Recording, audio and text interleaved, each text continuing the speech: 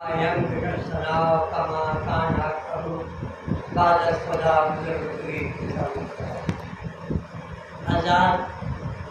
آج کون سا دن ہے؟ عید الفطر۔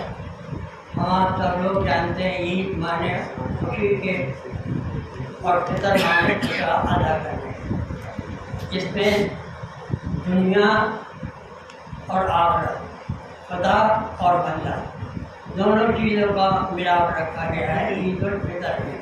عید اس لیے ہے کہ جو اس ماہ مبارک میں روزے رکھے گئے، نمازیں پڑھی گئیں، قرآن مجید کا ذکر کیا گیا، یہ تمام عبادات جو کی وہ اس کی ہوتی ہے کہ اللہ تعالیٰ اس کا انعام اکرام عطا فرماتا ہے۔ اور فطر کیا ہے؟ اب عید تو ہوئی ہے اللہ کی طرف سے، اور فطر یہ ہے فطرہ غریبوں میں تقسیم کرو، تاکہ آج کے دن کوئی بھوکا پیاسا نہ رہے۔ اور فطرہ جب تک نہیں کیا جاتا تب تک ہم آپ کے جو عبادات ہے وہ آسمان کے نیچے رہتے ہیں، زیر آسمان۔ فطرہ ابھی نہیں دے سکتا تو کہیے کہ نماز سے پہلے دینا چاہیے، اگر نہیں دے سکتے تو اس کے بعد ادا کریں۔ ایک بات کا اور دھیان رکھیں کہ فطرہ کس کو دینا ہے؟ یتیم، بیوہ، مسکین، غریب، اس کا حق ہے۔ اب آج کل بہت سے چندے والے آ جاتے ہیں باہر سے، کافی لیے ہوئے ہیں، پتہ نہیں کیا کچھ یتیم بچے ہیں کہ کتنے اسکول ایسے ہیں جو یتیم بچوں کے نام سے چل رہے ہیں، اور یتیم بچہ کوئی نہیں، یا اگر ہیں چند بچے ہیں انہوں نے گنوا دیے، ان کے ماں باپ ہیں، ماں باپ ان کا خرچہ دیتے ہیں، اخراجات دیتے ہیں۔ اس لحاظ سے ہم آپ کبھی بھی وہ سوچ سمجھ کے سب سے پہلے اپنے گھر میں، پھر پڑوس میں، پھر بستی میں جہاں کوئی غریب ہو اس کو دینے کی کوشش کریں۔ 2 کلو 45 گرام ہے جس کا لگ بھگ 50 روپیہ یا 60 روپیہ ہوتا ہے، یہ اتنا ادا کرنا ہے۔ اب عید ہم کو کیسی منانا ہے؟ اگر ہم آپ نے غریب کی مدد کی اور دعا کی، یہ اور دھیان رکھیے، ہم نے نماز پڑھی، روزہ رکھے، تلاوتیں کی، یہ ضروری نہیں کہ قبول ہو یا قبول ہو گئی ہو، لیکن جو فطرہ ادا کرتے ہیں، آپ غریب کی مدد کرتے ہیں، وہ قبول ہے۔ اللہ فرماتا ہے کہ جب تم کسی غریب کو دیتے ہو تو پہلے میرے ہاتھ میں آتا ہے، جب غور کیجیے اللہ فرما رہا ہے۔ حضور غوث العظم رضی اللہ عنہ سے روایت ہے کہ آپ فرماتے کہ میں نے 70 بار خدا کا دیدار کیا، سبحان اللہ، سبحان اور اللہ۔ یہی فرماتے ہوئے دیکھا کہ اللہ فرما رہا ہے کہ اے عبد القادر، میں بھوکا تھا، تم نے مجھے کھانا نہیں کھلایا۔ تو آپ عرض کرتے یا اللہ تو بھوکا تھا، تو زمانے کو تو کھلاتا ہے۔ کہا ہاں فلاں غریب بھوکا تھا، اس کا بھوکا رہنا میرا ہی بھوکا رہنا ہے، اور اس کو تم کھانا کھلا دیتے تو گویا مجھ کو کھلایا۔ اسی طرح سے آپ بڑے پیر صاحب نے عرض کیا یا اللہ تیرے خوش کرنے کا کون سا طریقہ ہے؟ تو انہوں نے فرمایا غریبوں کی امداد۔ سبحان اللہ، سبحان اللہ۔ لہٰذا یہ عید ہمیں کیسے منانا ہے؟ یہ حدیثی واقعہ ہے۔ تو حضور سرور عالم صلی اللہ علیہ وسلم نماز پڑھنے کو جا رہے تھے، حضرت علی کرم اللہ وجہ کی تھے، دائیں ہاتھ میں امام حسن علیہ السلام کی انگلی تھی، بائیں ہاتھ میں امام حسین علیہ السلام کی انگلی تھی، اور آپ مسجد کی طرف تشریف لے جا رہے تھے۔ راستے میں دیکھا کہ ایک بچہ رو رہا ہے، غم منا رہا ہے۔ حضور نے پوچھا اے بچے کیا بات ہے، تجھے کیا تکلیف ہے؟ کہ اس نے کہا یا رسول اللہ صلی اللہ علیہ وسلم، میرے ماں باپ اگر ہوتے تو میں بھی امام حسن امام حسین علیہ السلام کی طرح سے عید الفطر جاتا، عید کی نماز ادا کرتا، میرے ماں باپ نہیں ہیں، میں یتیم ہوں۔ تو حضور واپس ہوتے ہیں اور گھر میں سیدہ فاطمہ رضی اللہ عنہ کو حکم فرماتے کہ اس کو نہلاؤ دھلاؤ، اور جس طرح امام حسن امام حسین علیہ السلام کو تیار کیا اسی طرح سے بچے کو بھی تیار کر، تو بچہ تیار کیا جاتا ہے۔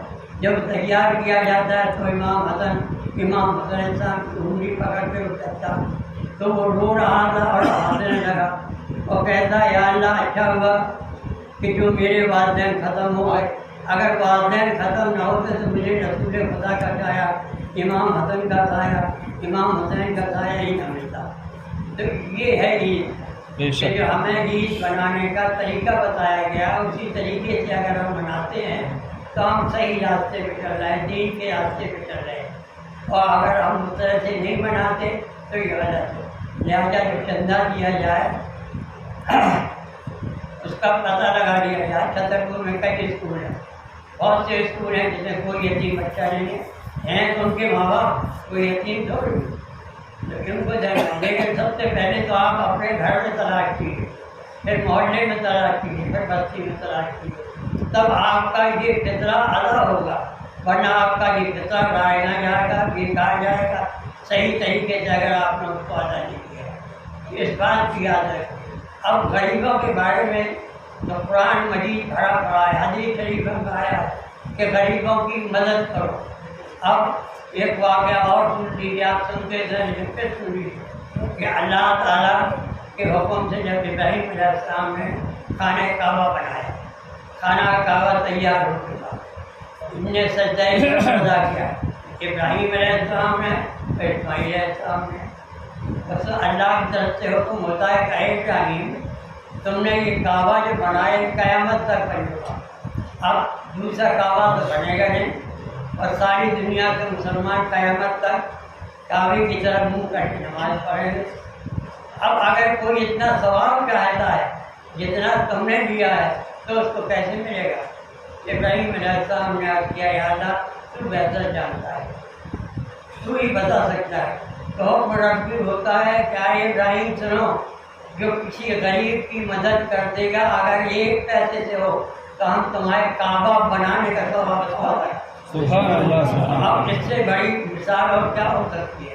تو ہم آپ کو اس مثال پر غور کرنا ہے، یہ نہیں دیکھنا کہ کیا جو ہے اس کو چندہ دے دیا، نہیں، جس کا حق ہے اس تک پہنچاؤ، تب تو شریعت کے تم راستے پر چل رہے ہو، اگر اس کا حق نہیں پہنچا تو غلط ہو جائے۔ اب اس کے علاوہ آج ہم کہاں رہتے ہیں؟ بھارت میں، ہندوستان میں۔ اب ہمیں ہندوستان سے اپنے بھارت سے کتنی محبت کرنا ہے، سوچ سمجھ لیجیے، سوچ لیجیے۔ حضور سرور عالم صلی اللہ علیہ وسلم یہ حضرت بابا نظامی بارہا فرماتے تھے، ایک بار دو بار نہیں، اکثر فرمایا آپ نے کہ حضور صلی اللہ علیہ وسلم نے فرمایا ہے کہ عرب میں ہوں، عرب مجھ میں نہیں ہے۔ بڑی توجہ کی بات ہے یہ، حضور فرما رہے آقا دنیا ہم آپ کے آقا تازہ مدینہ صلی اللہ علیہ وسلم کہ عرب میں ہوں، پیدا ہوا مکے میں، تو آپ فرماتے عرب میں ہوں، عرب مجھ میں نہیں ہے، اور ہند میں نہیں، ہند مجھ میں ہے، اور ہند سے بوئے محبت آ رہی ہے، یعنی ہم آپ کی خوشبو یہ محبت کی بو فرماتے ہیں کہ ہندوستان والے مجھ سے بہت محبت کرتے ہیں۔ تو اب جب ہمارے حضور نے یہ فرمایا، اب ہمیں کتنی محبت کرنا ہے اس سے، مادر وطن سے۔ اور بھی بہت سی روایتیں ہیں، امام حسین علیہ السلام نے کربلا کے میدان میں یہ عرض کی فرمایا تھا ان لوگوں سے، ان سے یزیدیوں سے، سپہ سالار سے، کہ تم مجھے مکہ نہ جانے دو، مدینے نہ جانے دو، مجھے ہندوستان جانے دو، میں ہندوستان چلا جاؤں گا۔ بے شک کربلا کے میدان میں امام حسین علیہ السلام نے ہمارے ہی ملک وطن ہندوستان کو یاد کیا تھا، لہٰذا وہ جب نہیں آ سکے تو آج حسین ٹیگری کی شکل میں جلوہ افروز ہے اسی بندیل کھنڈ کی سرزمین میں۔ تو لہٰذا ہم آپ کو یہ دور، ہمارے بابا بار بار فرماتے کہ یہ دور سجادی ہے، اس کے بعد دور مہندی آئے گا، وہ بہتر دور ہوگا، سبھی کی ہمیں ضرورت ہوگی۔ تو لہٰذا ہم نے جو واقعات یہ بیان کیے ہیں یہ صرف ہمارے بیان کرنے کے اور تمہارے سننے کے نہیں ہیں، بلکہ ان کے نقش قدم پر چلنے کے ہیں۔ ہمیں نقش قدم پر چلنا ہے، تب تو ہمارا بیڑا پار ہے، ورنہ ہم آپ کو یقینی ہے کہ ایک دن موت آنا ہے، قبر میں جانا ہے، حساب کتاب ہونا ہے۔ ان تمام باتوں کا ہم آپ کو یقین ہے، مسلمان ہیں، کلمہ گو ہیں، تو ان پر چلنے کے اللہ تبارک تعالیٰ توفیق عطا فرمائے۔ آمین ہمارے یہاں برابر امید۔ اللهم صل وسلم